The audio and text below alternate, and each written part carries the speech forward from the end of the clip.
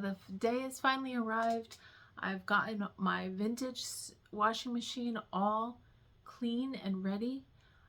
However, I don't know how much I'm actually going to be using it. I prepared my fabric and I cut everything. So I cut everything out, all of the diaper cuts that I wanted and all of the wool pants for babies that I wanted. So it's all, everything that I'm dyeing is wool. It's the same exact wool. It's a wool knit, jersey knit to be exact, and it's natural. It's undyed, and so I am going to be prepping everything today, getting all of the natural dyes prepped. I'm using pokeweed berries. I'm not sure what it's called, but I call them pokeberries.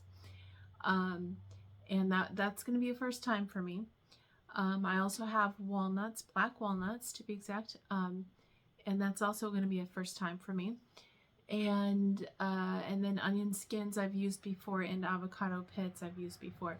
So I'm going to be getting everything prepped and ready to go today. I may end up having to do some of the dyeing on a different day.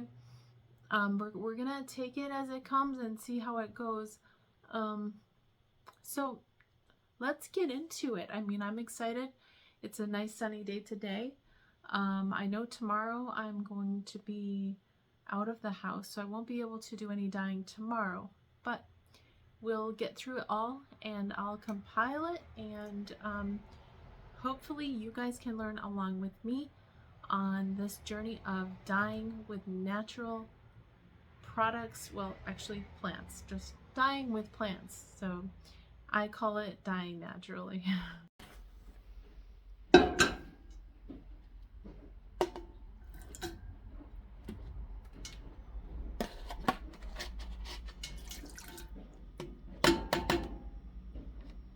So then we're going to take the pokeweed berries and I'm going to add, these are all frozen avocado shells and skins that I've been saving for like a year. They're still frozen, but that's okay. And that pretty much fills the pot.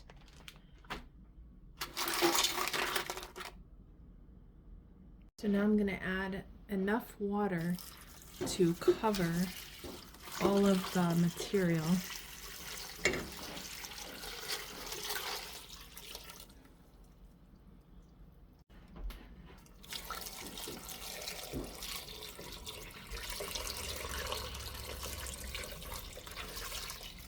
Okay, that looks like, yep, looks like we've got enough water.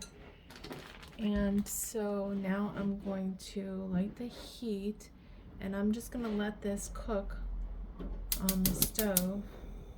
I'm gonna start off with putting it on high and getting it boiling. I have to watch it, and then once it gets boiling, then I will lower the heat and just simmer it, probably for several hours. So I've got to watch that.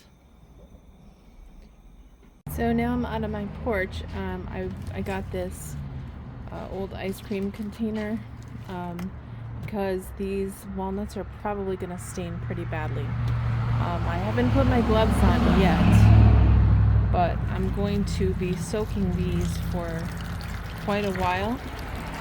It's also basically cleaning everything. We're going to clean them and soak them at the same time. Before I touch any of this, I'm going to put gloves on. And I got another ice cream bucket again for the onion skins, which I have here. And I saved these for about a year. I think it was about maybe a year and a half ago that I did the first ever onion dye with onion skins, and I used red onion skins and yellow. This time it's pretty much only yellow in here. So I'm going to add some hot water This is just going to be like a pre-soak because I only have one old pot that I use for dyeing, so I'm going to be doing them all one at a time, so bear with me. And these don't really color or stain your skin that much, so I feel okay touching them with my bare hands. Now I've got an onion all over the place. Skin. Sorry, I've got traffic in front of my house, so that you will hear that. You'll hear like a whooshing noise. Alright, so I'm going to let these set, and while I'm working on the avocados, then these will just kind of soak in the water, the initial water, okay? And I will be, before I touch any of the avocado and pokeberry dye, I will use gloves and an apron because I'm wearing a white shirt today. And we'll see what happens with that. This is my first time for a mixture of pokeberry and avocados. Okay, I am back in the kitchen now. I've stirred up the pokeberry and the avocado pits and shells a little bit already, and you can see that bubbles are popping at the surface, which means that it's boiling. So I'm just going to now reduce it to about a 4 or so.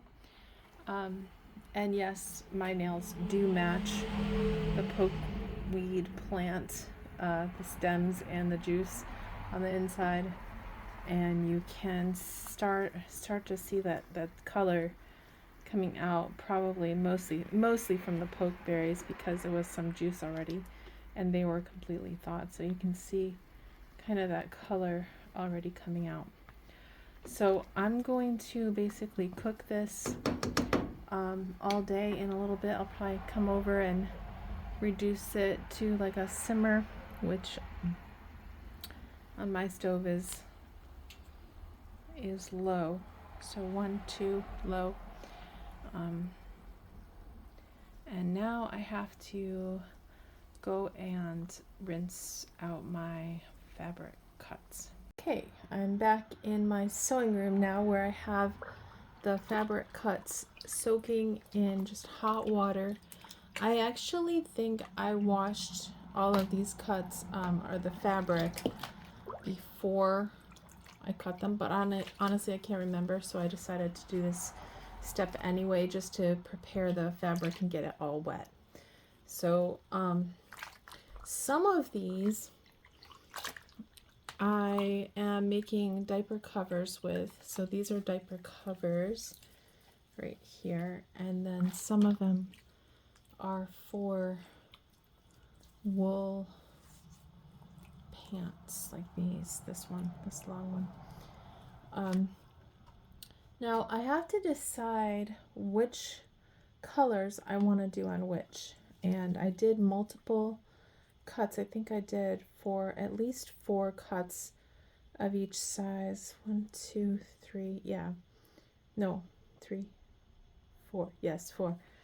So I need to decide which ones I want which color, and I have 3 different colors.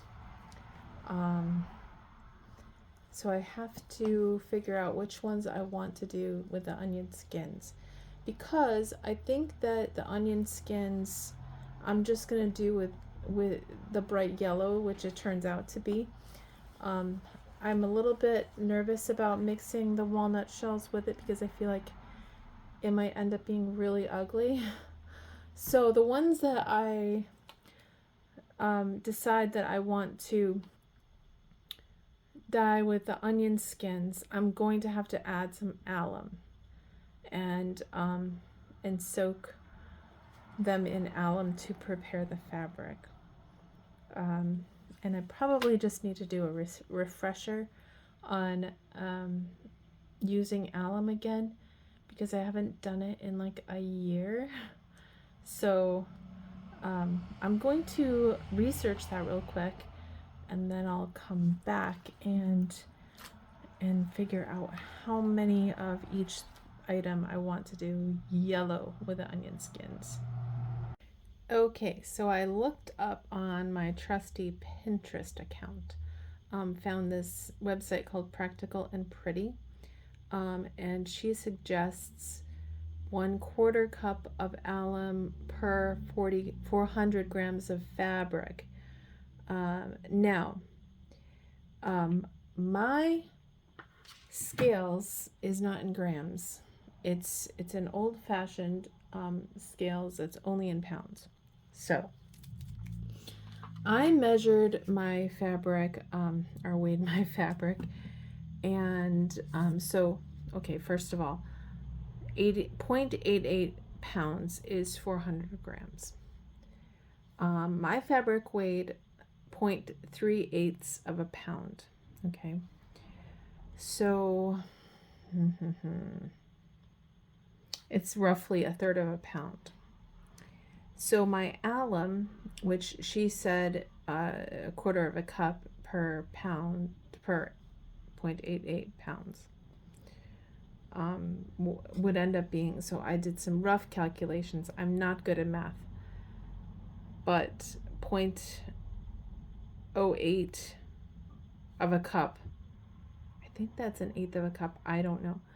I'm going to add 3 tablespoons because the calculation ended up being like almost 4 tablespoons, but then I realized my fabric is wet. My fabric that I decided on was all of these items in this little basket, but I didn't weigh it dry, I weighed it wet. So I think that doing 3 tablespoons of alum is going to be enough for that.